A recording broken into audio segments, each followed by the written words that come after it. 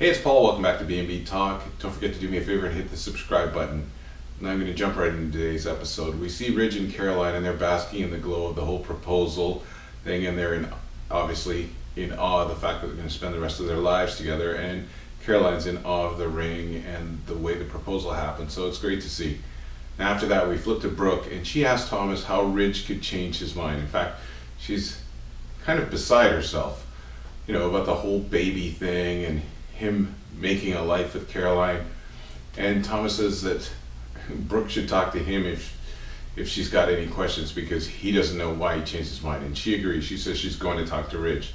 And then Ridge gets a call from Thomas, and he calls him back to the loft after he just left. And Thomas has some questions, but he agrees to go back. And Brooke is really curious as to why he would call him back, and she asks Thomas a few questions about Ridge's demeanor on the phone. Now, we then see Ivy, and she says that Steffi isn't a murderer, but she's still responsible for Allie's death. And this is really gnawing at her, and I'm wondering if there's a little foreshadowing here. But Wyatt gets her to admit that deleting the video was the right thing to do. And, in her heart, Ivy does know it's the right thing to do. And she's also grateful that Wyatt stopped her, because she obviously didn't like the way that she was spiraling out of control. And on that note, we see Steffi, and she tells Liam about Ivy deleting the video and Wyatt's role in the whole thing. And she explains exactly what Wyatt did and how he did it. And she's really grateful to him. And Steffi thinks now she can mourn her cousin the right way and let her go. And then Liam calls Wyatt up, and he speaks to him, and he's got Ivy on speakerphone. Now, what he wants to do is to make sure that the video is really gone. And he finds out from Ivy that it is really gone. It's off the server. There are no more copies. And then he asks them to promise to never speak about it again. And Ivy's really grateful that this is all over, and she agrees, and obviously so does Wyatt. So it seems like it's over. Now, after that, we see Steffi, and she's thanking Liam for sticking around and going through everything that she went through with him. And the same thing is happening with Ivy and Wyatt. And Ivy asks Wyatt if he'll be sticking around after all this is over now, and he says absolutely. So it looks like both couples are getting what they want, and they're happy.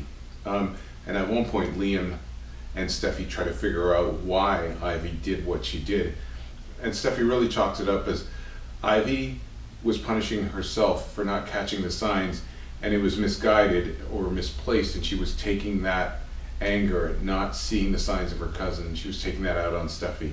So it seems like this is tied up in a bow, and we'll see if that's it, if it stays buried.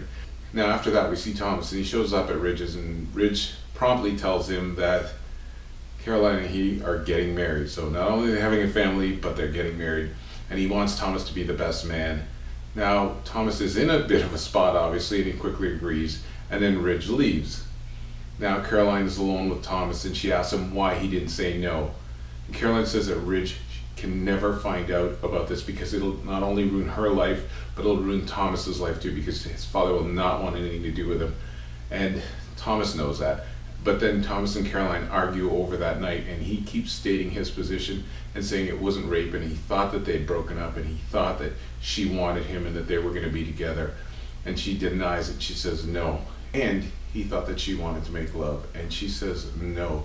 And he asks her if she believes him, and she said she does believe that that's the way he saw it, and he wasn't trying to take advantage of her, but it still doesn't change the fact that they have to pretend that that night never happened. And then Ridge returns.